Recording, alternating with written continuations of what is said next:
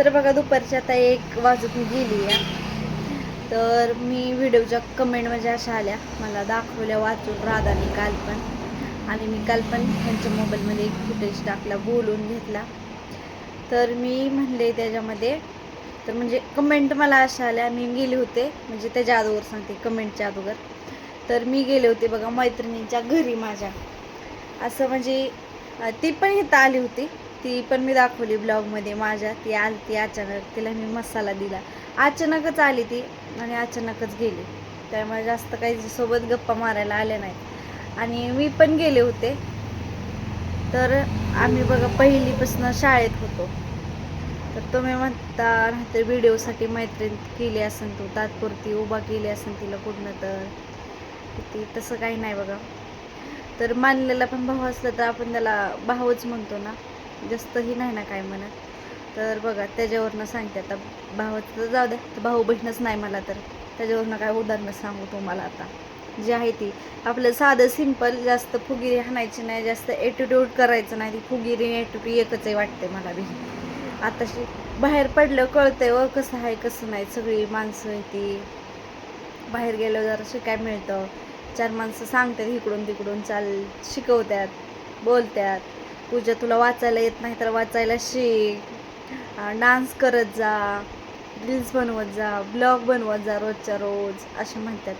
तर मी आमचा देवदेव होता बघा, मग तिकडे गेलो होतो, देवदेव झाला. तिकडनं येता येता वेळ होता, तिला मी फोन लावला मैत्रिणीला. तर मी ह्यांना म्हणलं, होय लय दिवस झालं म्हणलं, ती पण मला बोलवती म्हणलं रोहिणी, तर आपण जाऊ म्हणलं. ते आहे बघा वाशिंबेत राहिला, वाशिंबेत दिली तिला. तर म्हणलं मग येता येतं तिथनंच यावं लागतं. मग तिला म्हणलं घराचं लोकेशन पाठव, तिथं येतो. मग आम्ही गेलो घरी. तिने चहा पाणी ते झालं, थोड्याशा गप्पा मारल्या.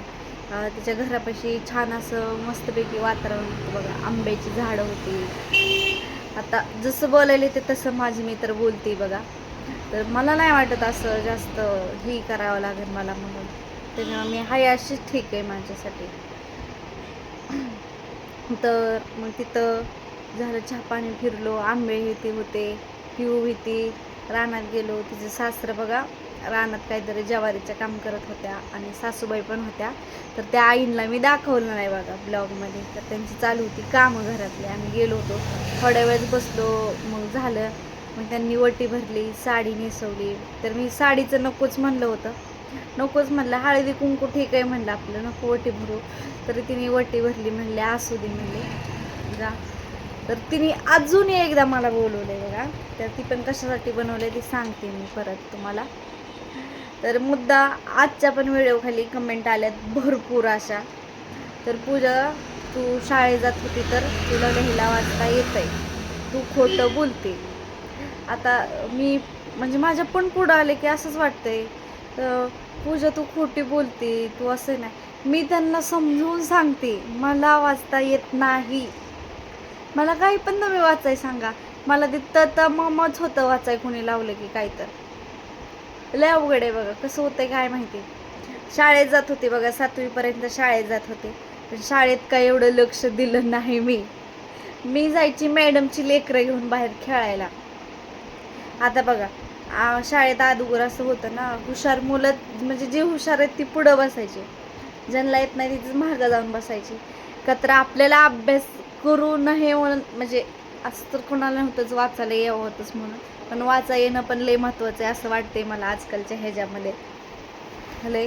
पण आता काय सांगावं, आमची परिस्थिती नव्हती शिकण्यासारखी, म्हणजे बारकी होती तेव्हापासून शाळा माहीतच नव्हती आम्हाला. चांगलं मला कळायला लागले मी शाळेत गेले असं, नाहीतर आम्ही बुलढाण्यालाच होतो बघा. आणि तिथं पण आईने घातली होती बालवाडीत मला. तर त्या बालवाडीत ना हळूच पळून यायची मी, एवढं मला आठवते बघा. हळूच पप्पाकडे जायची, माझ्या वारलेले पप्पांकडं हळूच जाऊन बसायची त्यांच्यापाशी, कसं काय काम करतात काय नाही ती बघत होते, ती बघत बसायची. परत ती वारल्यानंतर आम्ही इकडं आलो बघा. तर मग इकडं आल्यानंतर आईने टाकली शाळेत, नव्हता दाखला, शाळेत नव्हते घेत. मग दाखला तयार केला सरांनी, जाधव सर होता त्या सरांनी दाखला तयार केला. मग शाळेत पुस्तकं भेटली, शाळेचा ड्रेस भेटला मस्तपैकी. मग ती घालून दप्तर तर नव्हतंच बघा. बाजाराची पिशवी घेऊन मी लय दिवस जात होती बघा शाळेमध्ये. बघून बघून मला लिहायला यायचं सगळं, सांगून तसं मी सगळं करायची बघा. जेवढं फक्त आता ती वाचायला अक्षरं बी कळतात मला थोडीफार, पण येतच नाही. तर लोकांचा मी गैरसमज ही पण दूर केला, मला वाचता येत नाही. पण 7वीपर्यंत मी शाळेत गेली एवढे, म्हणजे 6वीला होती, 7वीत जाणारच होती तर लग्न केलं माझ्या आईने, लग्न करून टाकलं. आणि शाळेत गेली, शाळेत गेल्यावर पण लय दिवस मी शाळेमध्ये गेली. उन्हाळ्यात सुट्ट्या लागल्या परत शाळेतच गेली, लागली आपल्या घरातल्याच पण काय म्हणतात त्याला, घरातली सगळी कामं करायला. तशीच घरातली कामं करते. मग त्यामुळे अभ्यास म्हणलं ना माझ्या डोक्यावरनंच जातं, मला अभ्यासच येत नाही का काय माहिती. आणि त्यात इंटरेस्ट पण नाही एवढा जास्त मला. शिकलेले चांगले असं वाटायला लागले. आता मला असं वाटायला लागले मी आधी शिकली असती तर आता मला खडा खडा वाचायला आलं असतं. तर मला वाचता येत नाही बघा. आधी आमची परिस्थिती नव्हती एवढी शिकण्यासाठी, तर घातली आईने इकडून तिकडून शाळेत. ती पण शाळेत लक्ष नव्हतं, सगळं खेळण्यावर लक्ष.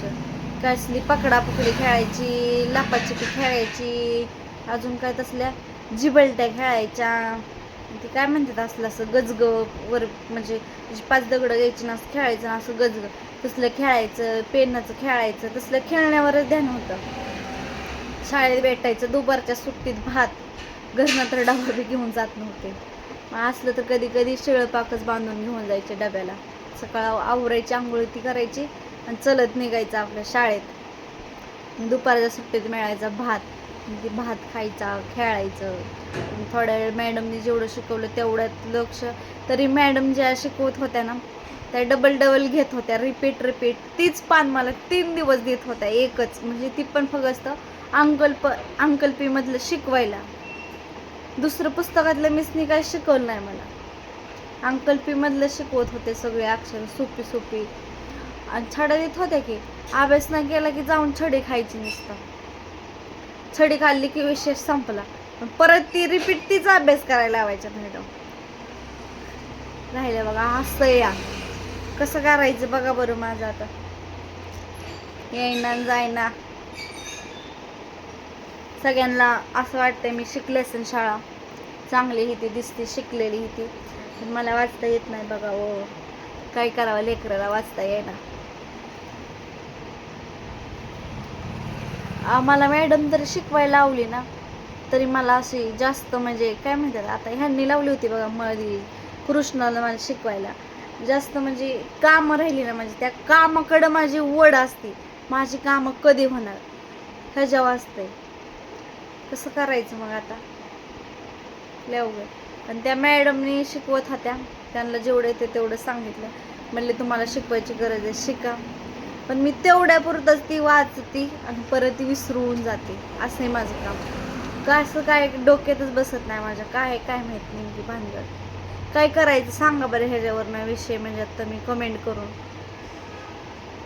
तर बघा आता मैत्रिणीने अजून एकदा बोलवलंय बरं का, कमेंट पण लय लागल्यात, असं वाटते जावं का नाही जावं काय माहिती. तर तिच्या दिराची हाय बघा सुपारी, त्यामुळे ती म्हणली अदुगरची 2-4 दिवस अदुगरची म्हणली मला राहायला. हाय मंगळवारी, आज हाय रविवार, उद्या सोमवार, परवा दिवशीच हाय. मग अजून चाललंय जाऊ का नको जाऊ का नको, पण तुमच्या सगळ्यांच्या कमेंट अशा येतात, त्यामुळं मग जरासं मनाला विशेष वाटतं, जरा नाराजगी वाटते आपल्याला, लोक अशी बोलतात तशी बोलतात म्हणून. तर बघा मी हाय अशी चांगली दिसते का, म्हणजे फक्त बाकी सगळ्या गोष्टी येतात कळत का, फक्त ते तेवढ्यावरनं जाते, शिक्षणावरनं. तेवढं लिहायला वाचायलाच येत नाही बघा मला, आणि खरंच येत नाही. कृष्णाचा पण मी अभ्यास घेत नाही, कधी दिसलाय तुम्हाला व्हिडिओमध्ये मी कृष्णाचा अभ्यास घेते म्हणून? असा अजिबात नाही. कृष्णाला पण थोडंफारच येते वाचायला, शाळेत जातो तेवढंच वाचतो, बाकी ती पण त्याला अभ्यासाचं काही नाही. तर म्हणलं आता शाळा भरल्यावर, शाळेत गेल्यावर शिकतात, म्हणतात घरी पण अभ्यास घ्यायचं. आता लिहायला वाचायलाच येत नाही मला, म्हणलं पोराचा कुठं अभ्यास घेऊन मी आता. त्यामुळे माझा कृष्ण तसा उन्हात आणत, तो का आता बी बसलाय मोबाईल घेऊन आत्यांचा हॉलमध्ये. तर चला हाय तर मग मी ह्यांना कधी मध्ये सांगत असते कृष्णाचा अभ्यास घ्या हे करा. त्यांना पण माहिती मला लिहायला वाचायला येत नाही. काय लिहायला वाचायला येत नाहीत म्हणून बाहेरची पण लोक मला हे करायला लागले. काय म्हणतात त्याला असते. आता घ्या समजून मला काय बोलायचं आहे ती. तर चला भेटू आपण नेक्स्ट ब्लॉगमध्ये. तिच्याकडे मी जाणार आहे का नाही जाणार ती मी सांगते पुढच्या ब्लॉगमध्ये. नवऱ्याला अजून विचारायचं, नवऱ्याला नाही विचारलं. तर चला बाय.